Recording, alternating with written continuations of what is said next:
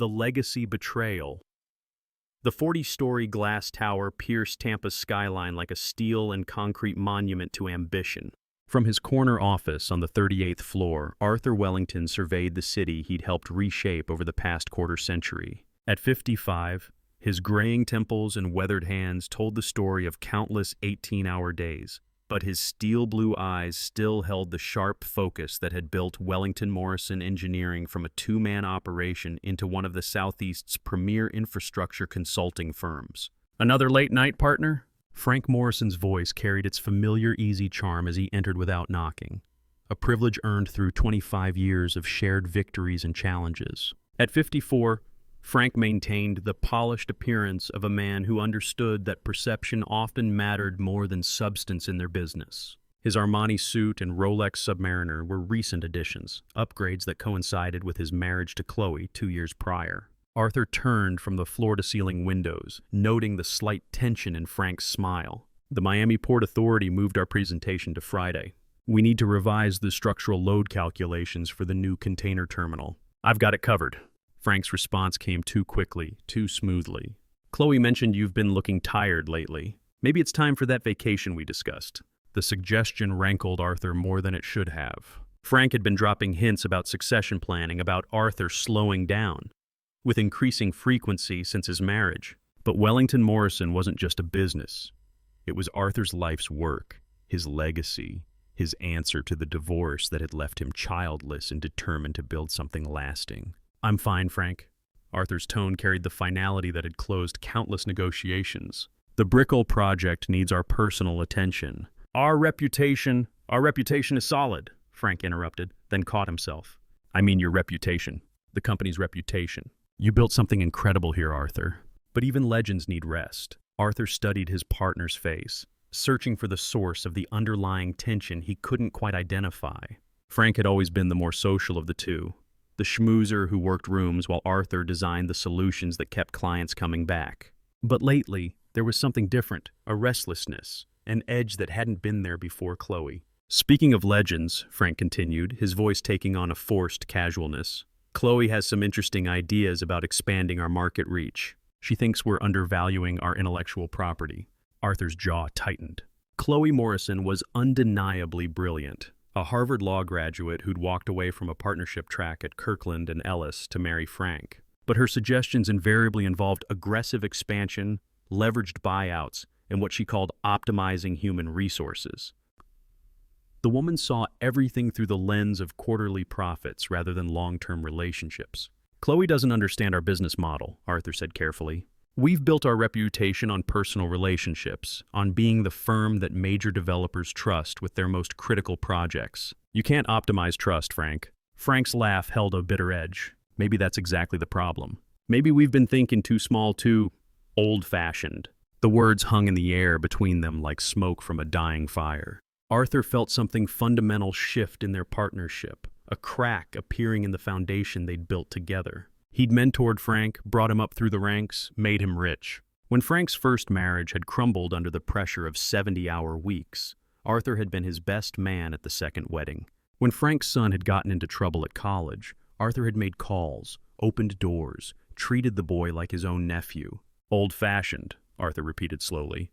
"Is that what 25 years of partnership looks like to you now?" Frank's face flushed, but before he could respond, Martha Stevens appeared in the doorway. Arthur's executive assistant of 2 decades possessed an uncanny ability to materialize whenever tensions ran high, armed with coffee and the kind of diplomatic interruption that had saved countless business relationships. "Mr. Wellington, your doctor's office called about moving tomorrow's appointment," she said, her tone suggesting the matter was urgent. "And the structural team needs your review of the Brickell modifications before they leave tonight." Arthur nodded, grateful for the interruption. "We'll finish this conversation later, Frank." But as his partner left, Arthur caught Martha's expression, concern mixed with something that looked like warning. In 20 years, Martha Stevens had never once interrupted a private conversation without good reason. The next morning arrived with the kind of Florida humidity that made even seasoned natives grateful for air conditioning. Arthur sat in Dr. Patricia Coleman's waiting room, studying quarterly reports while trying to ignore the persistent tightness in his chest that had been his unwelcome companion for the past month. "Mr. Wellington." "Doctor?" Coleman emerged from her office, her expression carrying the practiced neutrality that medical professionals perfected over decades of delivering difficult news. Let's take a look at those test results. 20 minutes later, Arthur found himself staring at EKG printouts that looked like seismograph readings from a minor earthquake. The words cardiac event, stress-induced damage, and immediate lifestyle changes floated through Dr.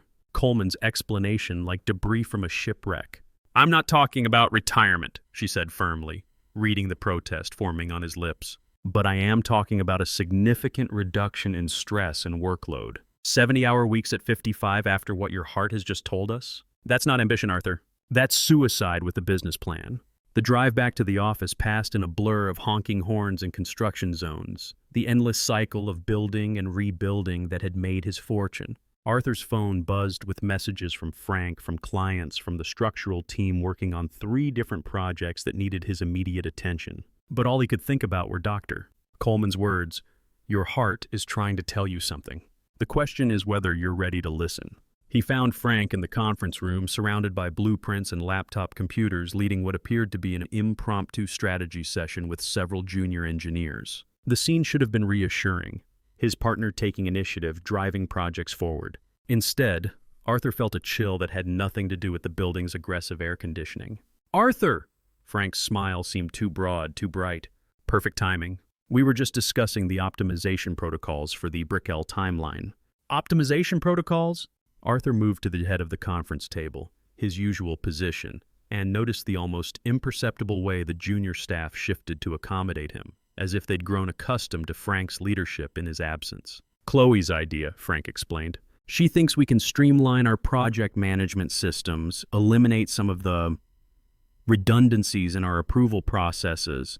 The word redundancies hit Arthur like a physical blow. In his world, what others might call redundancy, he called quality control. Multiple review stages, senior oversight, personal accountability, these weren't inefficiencies to be optimized away. They were the safeguards that had kept Wellington Morrison's error rate near 0 for 2 decades. Arthur's response was interrupted by a sharp, crushing pain that spread across his chest like spilled acid. The conference room tilted sideways, voices became distant echoes, and the last thing he remembered was Frank's face hovering above him, wearing an expression that looked less like concern and more like calculation.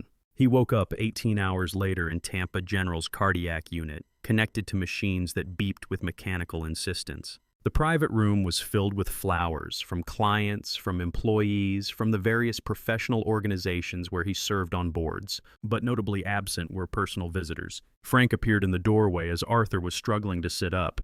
"Thank God you're awake. You scared the hell out of everyone?" His tone carried the right notes of concern, but something in his eyes reminded Arthur of a poker player calculating odds. "The Brickell project," Arthur began, "is completely under control," Frank interrupted smoothly. "I've been in touch with the client, with our structural team, with everyone who matters. You don't need to worry about anything except getting better." "How long was I unconscious?" "About 6 hours in the office, then they kept you sedated through the night. The doctors say you need complete rest for at least 3 months. No stress, no work calls, nothing that could trigger another episode." 3 months. Arthur processed the timeline with growing unease. 3 months was long enough for contracts to expire, for relationships to shift, for the careful balance of power within the firm to realign in ways that might be difficult to reverse. "I can work from home," Arthur said. "Review documents, handle client calls." "Arthur!"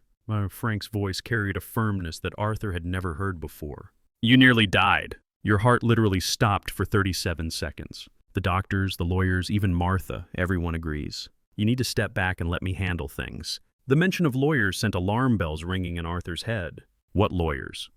Just corporate counsel, covering liability issues.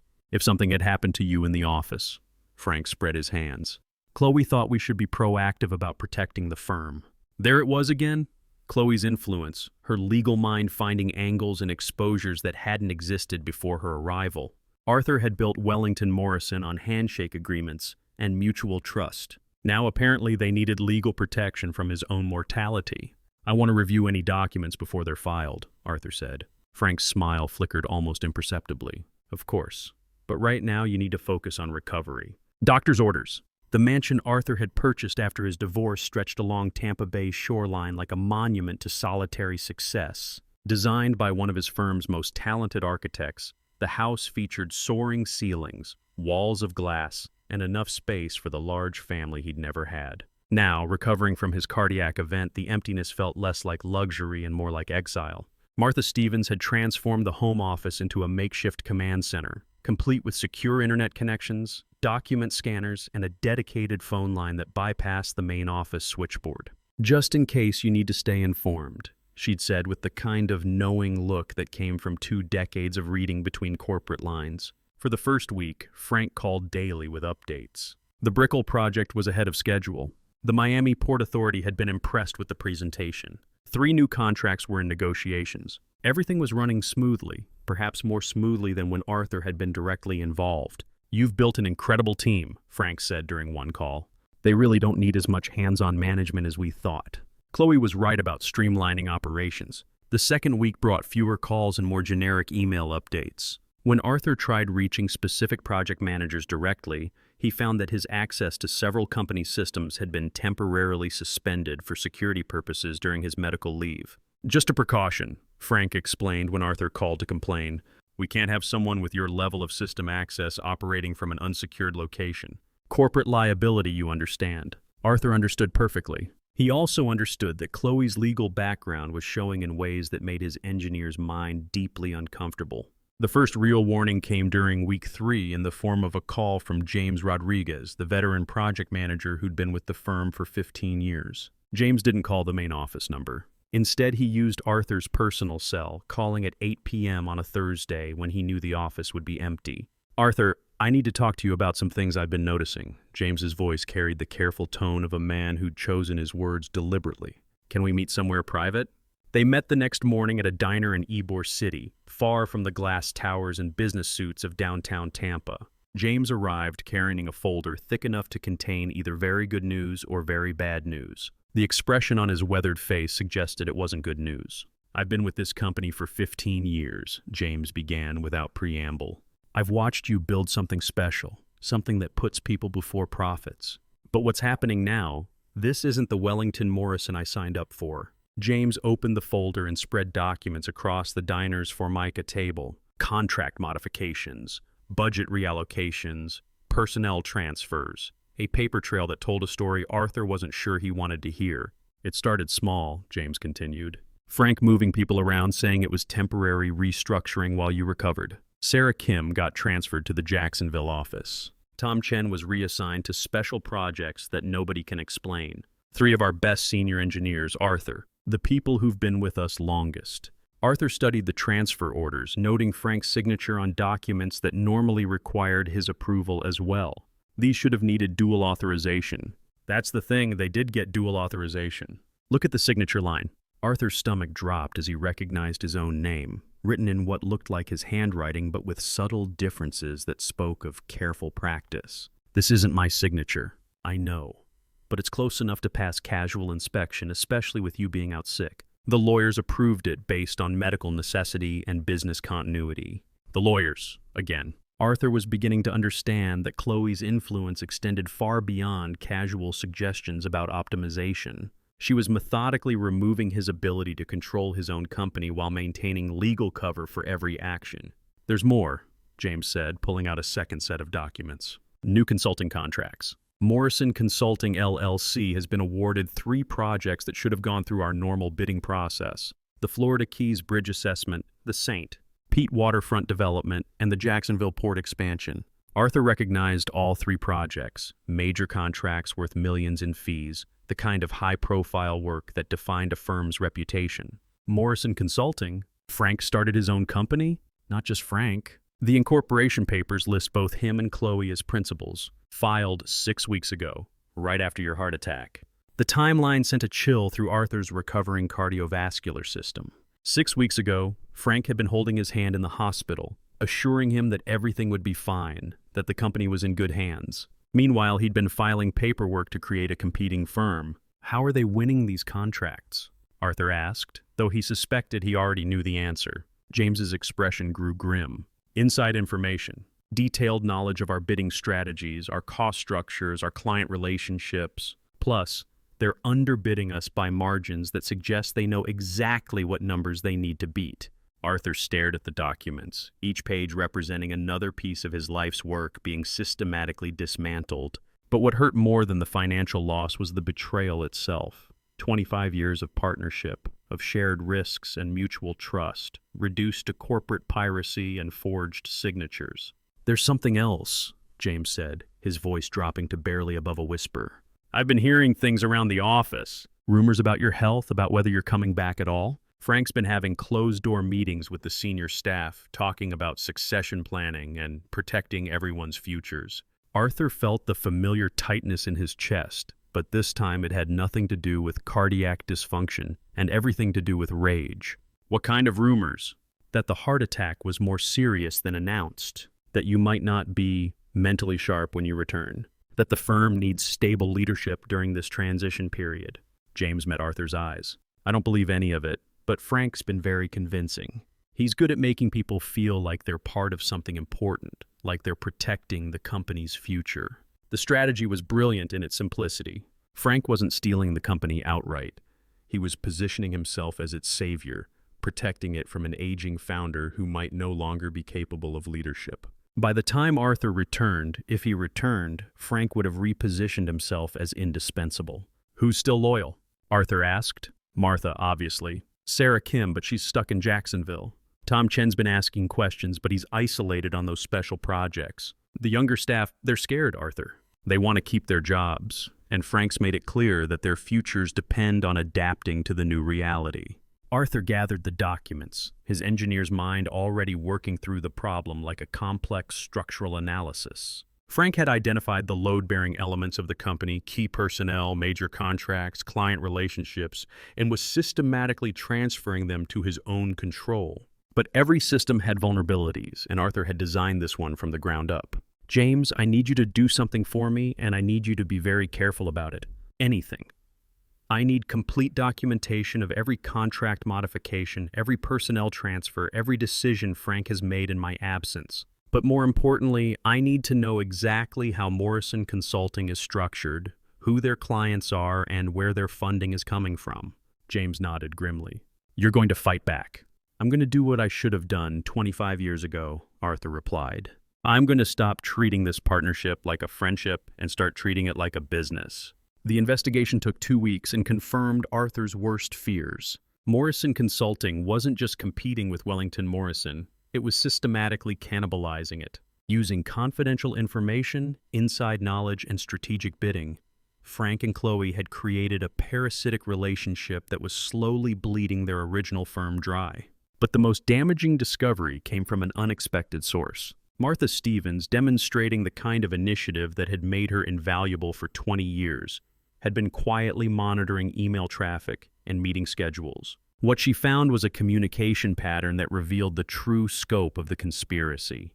"They're not just stealing contracts," she reported during a clandestine meeting at Arthur's house. "They're actively undermining existing client relationships. Look at this."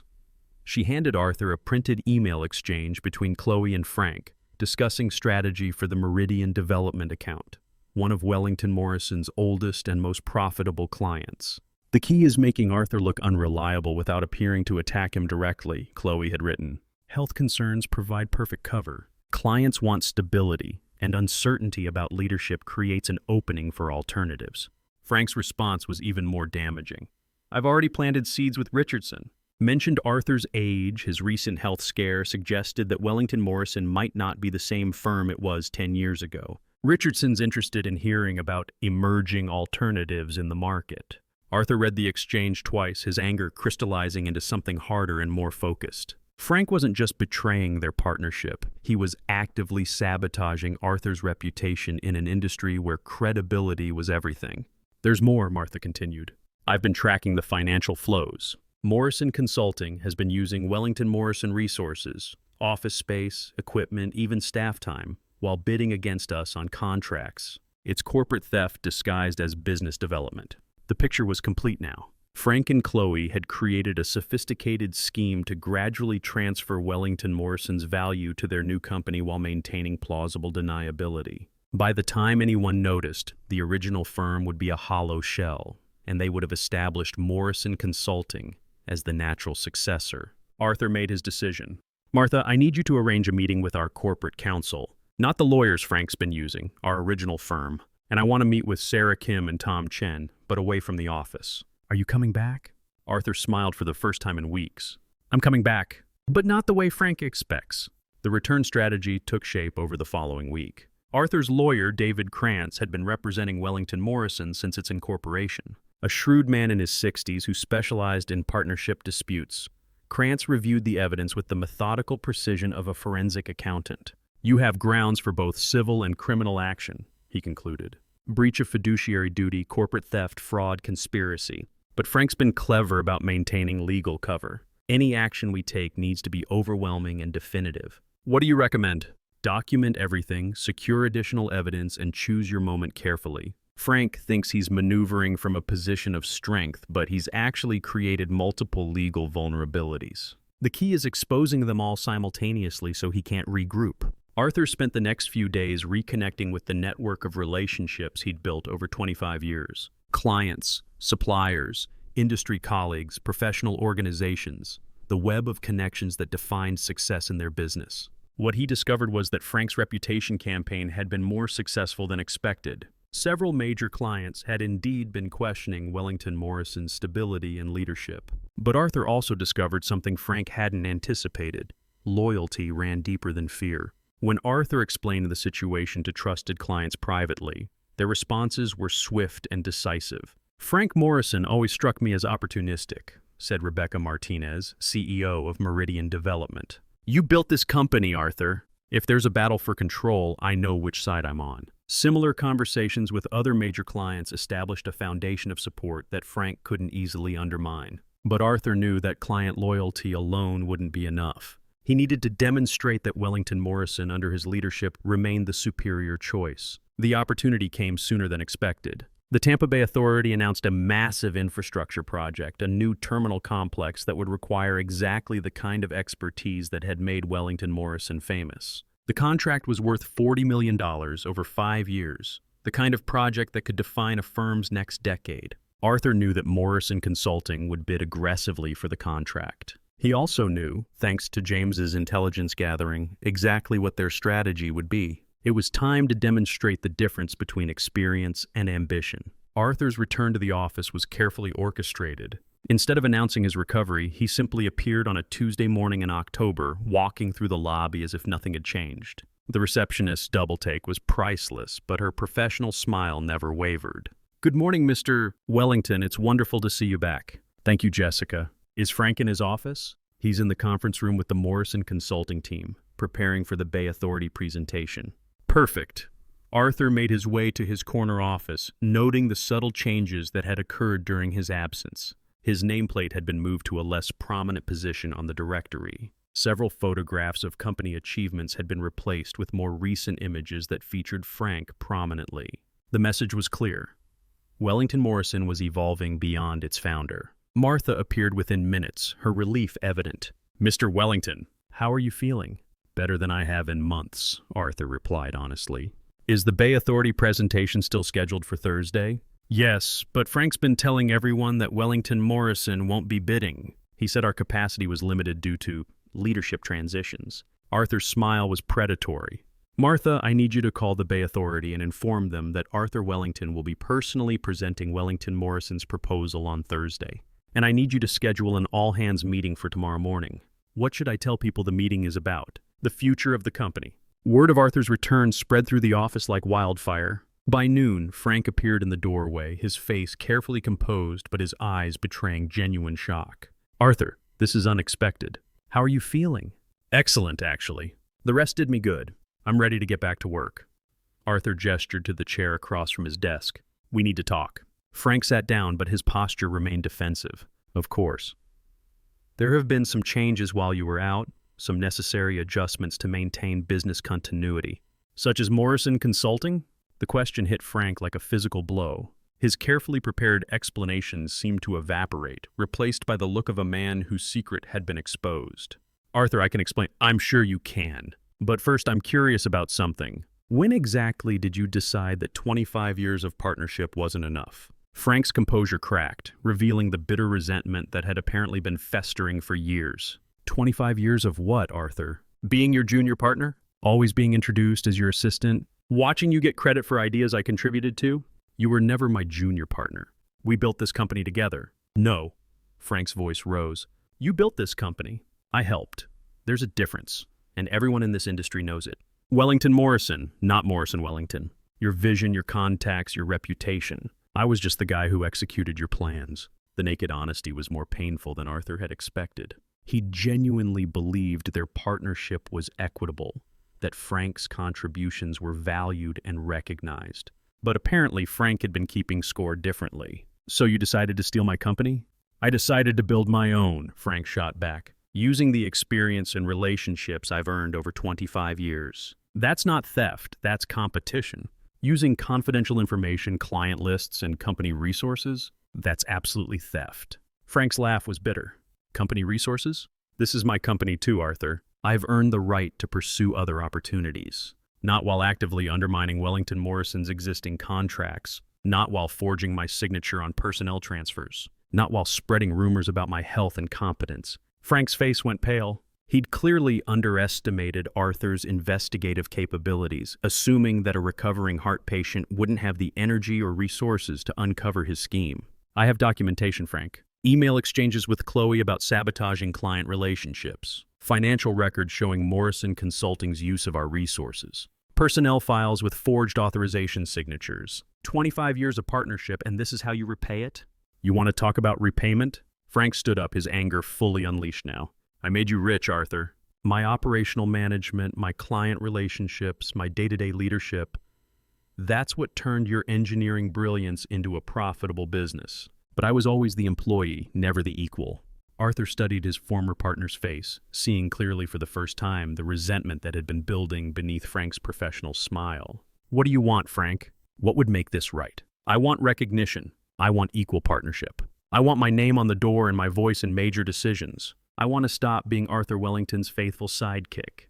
The honesty in Frank's demand hung between them like a bridge that might lead to reconciliation or to war. Arthur considered his options, weighing 25 years of shared history against the evidence of betrayal spread across his desk. If that's what you wanted, why didn't you just ask? Frank's laugh was hollow. Ask? Arthur, I've been asking for years. Every time I suggested expansion, you called it too aggressive. Every time I proposed new markets, you said we should focus on our core strengths. Every time I recommended modernizing our operations, you talked about maintaining traditional relationships. Those weren't rejections of your ideas. They were strategic decisions based on market conditions. They were control decisions. You couldn't stand the idea of sharing real power with anyone, even me. Arthur felt the accusation hit home. Had he been so protective of his vision that he'd failed to recognize Frank's legitimate ambitions? The question was complicated by the realization that Frank's resentment had led him to cross lines that couldn't be uncrossed. Even if that's true, it doesn't justify what you've done. Corporate theft, fraud, conspiracy, these aren't negotiating tactics, Frank. They're felonies. And what are you going to do about it? Frank's tone shifted from angry to calculating. Prosecute your business partner of 25 years? Destroy both our reputations in a public legal battle? Turn Wellington Morrison into a cautionary tale about partnership disputes? The threat was implicit but clear. Frank was betting that Arthur wouldn't risk destroying the company to punish his betrayal. It was a reasonable calculation, but it underestimated Arthur's commitment to protecting his legacy. I'm going to give you one chance to make this right, Arthur said quietly. Dissolve Morrison Consulting. Return all confidential information and stolen clients. Make full financial restitution for resources used without authorization, and resign from Wellington Morrison with a reasonable severance package. Frank's smile was triumphant. Or what? Or I destroy you professionally and personally. I have enough evidence to put you in prison, Frank. Corporate theft at this level is a federal crime. But more importantly, I have enough influence in this industry to ensure you never work in engineering again. You're bluffing. Arthur opened his desk drawer and pulled out a thick folder. David Krantz has already filed preliminary injunctions to freeze Morrison Consulting's assets pending investigation. The Bay Authority has been informed that any bids submitted using Wellington Morrison's confidential information may result in contract nullification, and I've scheduled individual meetings with every major client to explain exactly what's been happening to their projects. Frank's confidence evaporated as Arthur continued. But the most important thing I've done is schedule tomorrow's all-hands meeting. I'm going to explain to our entire staff exactly what you and Chloe have been doing. Every forged signature, every stolen contract, every act of sabotage. Let them decide who they want to follow.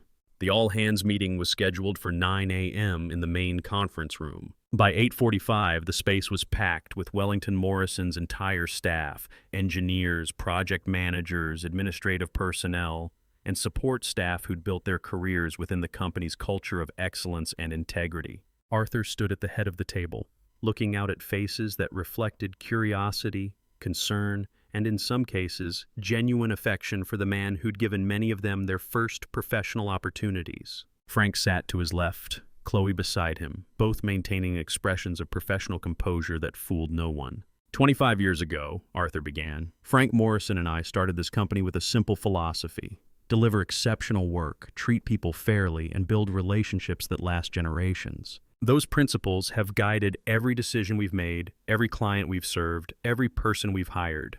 He paused, letting his eyes sweep the room. Recently, those principles have been challenged, not by market conditions or competitive pressure, but by choices made by people we trusted. Today, I want to share with you exactly what's been happening while I've been recovering and what it means for our future. Arthur had prepared his presentation with the same meticulous attention to detail that characterized his engineering work. He presented evidence chronologically, building a case that was impossible to deny or deflect. Forged signatures, diverted contracts, stolen intellectual property, systematic sabotage, each revelation landed with the impact of a physical blow. The room grew quieter as the scope of the betrayal became clear. Several staff members glanced at Frank with expressions ranging from disappointment to disgust. Others looked directly at Arthur, their faces reflecting loyalty and determination. Morrison Consulting, Arthur continued, has been using our resources, our information, and our relationships to compete against us. They've been undermining client confidence while positioning themselves as the stable alternative to Wellington Morrison's uncertain leadership. Frank finally spoke up. Arthur, this is grossly unfair. You're presenting one side of a complex situation, then present your side, Arthur interrupted. Explain to everyone here why you created a competing company in secret. Explain why you forged my signatures on personnel transfers. Explain why you've been telling clients that I'm no longer capable of leading this firm. Frank's response died in his throat as he realized the impossibility of his position. Any explanation would only confirm Arthur's accusations while making him look worse. Chloe tried to salvage the situation. This is clearly an emotional response to business decisions made during a medical crisis. Frank has been protecting everyone's interests, including her own. Arthur cut her off. Mrs. Morrison has been the strategic architect of this scheme, using her legal background to provide cover for what amounts to corporate theft. The presentation concluded with Arthur's ultimatum delivered not as a threat but as a statement of inevitable consequences. Frank and Chloe have until close of business today to resign their positions and dissolve Morrison Consulting. If they refuse, I will pursue every legal remedy available, regardless of the cost or consequences. The meeting dissolved into clusters of whispered conversations. Senior staff members approached Arthur to express their support and disgust at Frank's actions. Several junior employees looked shell-shocked, having been unaware of the behind-the-scenes maneuvering that had shaped their recent assignments. Frank and Chloe left without speaking to anyone, their isolation complete. Within an hour, Martha reported that they had cleared out their offices and left the building. But Arthur knew the battle was far from over. Frank still controlled Morrison Consulting, still possessed confidential information, and still maintained relationships with clients who might not fully understand the situation. The ultimate test would come Thursday at the Bay Authority presentation.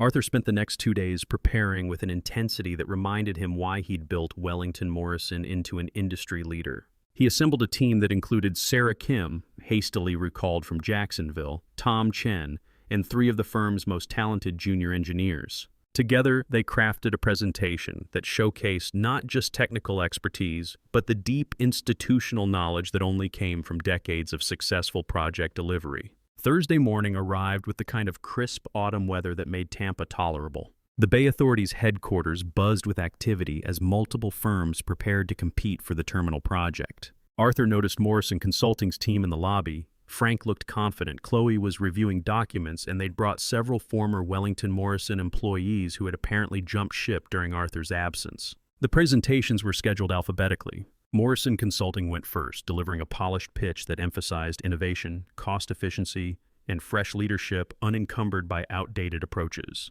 Frank's presentation skills had always been excellent, and he made a compelling case for choosing a dynamic new firm over established competitors. Wellington Morrison presented last. Arthur took the podium with the quiet confidence of a man who had built his reputation one successful project at a time. Instead of attacking Morrison Consulting directly, he focused on demonstrating the depth of expertise that came from 25 years of continuous operation. "Distinguished members of the authority," Arthur began, "you're not just choosing a consultant for this project. You're choosing a partner who will be here for the next 25 years, who will maintain institutional memory of every design decision, who will honor warranty obligations and stand behind their work long after the contract is fulfilled." Arthur's presentation transcended technical specifications to address the fundamental question of institutional reliability. He walked the authority through Wellington Morrison's history of complex projects, highlighting not just successes but how the firm had handled challenges, adapted to changing requirements, and maintained client relationships through multiple economic cycles. Mr. Morrison's presentation emphasized cost efficiency, Arthur acknowledged. But the lowest bid isn't always the best value. This terminal will serve Tampa Bay for 50 years or more. The question isn't what it costs to build, it's what it costs to build it right. The contrast was stark. Morrison Consulting offered aggressive timelines and competitive pricing. Wellington Morrison offered proven expertise and long-term partnership. The authorities' questions revealed their understanding of the difference. "Mr. Wellington," asked the chairman, "there have been suggestions that your recent health issues might affect your firm's ability to deliver on major commitments. How do you respond to those concerns?" Arthur had anticipated the question.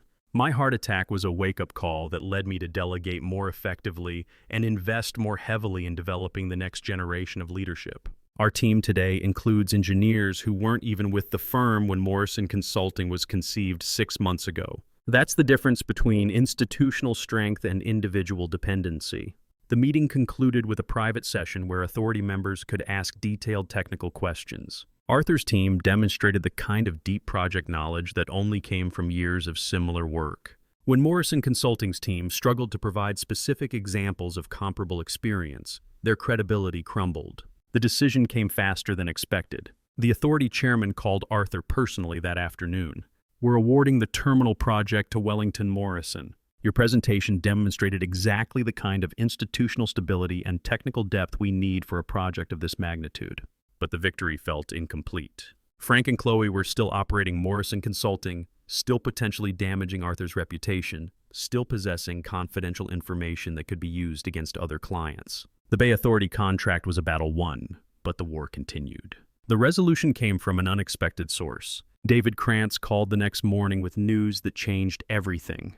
"Arthur, we've received an interesting proposal from Morrison Consulting's legal counsel. They want to negotiate a settlement that would dissolve their company and provide restitution for damages." "What changed their minds?" Krantz's laugh carried deep satisfaction. "The Bay Authority decision got noticed. Word is spreading through the industry about why Wellington Morrison won and Morrison Consulting lost. Apparently, several other potential clients have started asking uncomfortable questions about Morrison's business practices and client acquisition methods." The settlement negotiations took place in David Krantz's conference room, a neutral space where egos could be set aside in favor of legal reality. Frank arrived looking haggard, the confident executive replaced by a man who'd realized the true cost of his betrayal. Chloe maintained her composure, but Arthur recognized the calculating look of someone reassessing her options.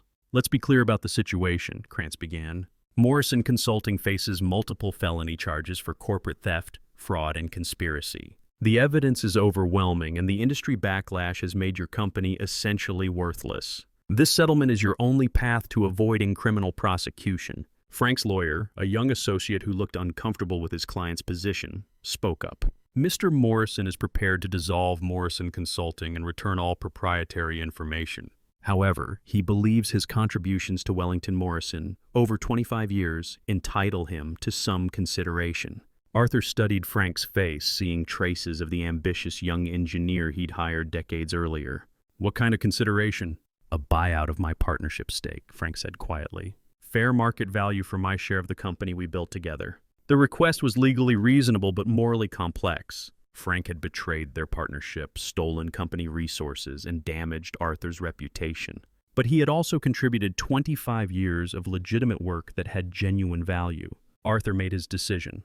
"I'll buy out your partnership stake at fair market value, minus restitution for damages, stolen resources, and lost business. David will calculate the numbers. But I have conditions, such as complete dissolution of Morrison Consulting within 30 days, return of all confidential information, client lists, and proprietary documents, a non-compete agreement that prevents you from working in this industry for 2 years, and a public statement acknowledging your violations of partnership agreements." Frank's face crumpled. The non-compete clause would effectively end his career in engineering, forcing him to start over in a different field at age 54. But the alternative was criminal prosecution and certain imprisonment. 2 years is excessive, his lawyer protested. "My client needs to maintain his livelihood." "Your client should have considered that before committing federal crimes," Krantz replied coldly. "Mr. Wellington is offering a generous alternative to prosecution. The terms are non-negotiable." Chloe spoke for the first time. "What about me?" Arthur's gaze was steady. "You'll return your law license voluntarily and never practice in Florida again. You'll also provide a detailed confession about your role in planning and executing this scheme. And if I refuse, then you face charges for conspiracy, fraud, and practicing law without proper disclosure of conflicts of interest. Your Harvard degree won't help you in federal prison." The agreement was signed the following week. Frank Morrison resigned from Wellington Morrison Engineering with a financial settlement that provided security, but not luxury. Morrison Consulting was dissolved, its few assets distributed to creditors and victims. The industry took notice of the resolution, understanding that Arthur Wellington had demonstrated both the strength to defend his legacy and the wisdom to resolve conflicts without destroying everyone involved. But Arthur's most satisfying victory came in the months that followed. Sarah Kim accepted promotion to senior partner, bringing fresh perspectives while maintaining the firm's core values.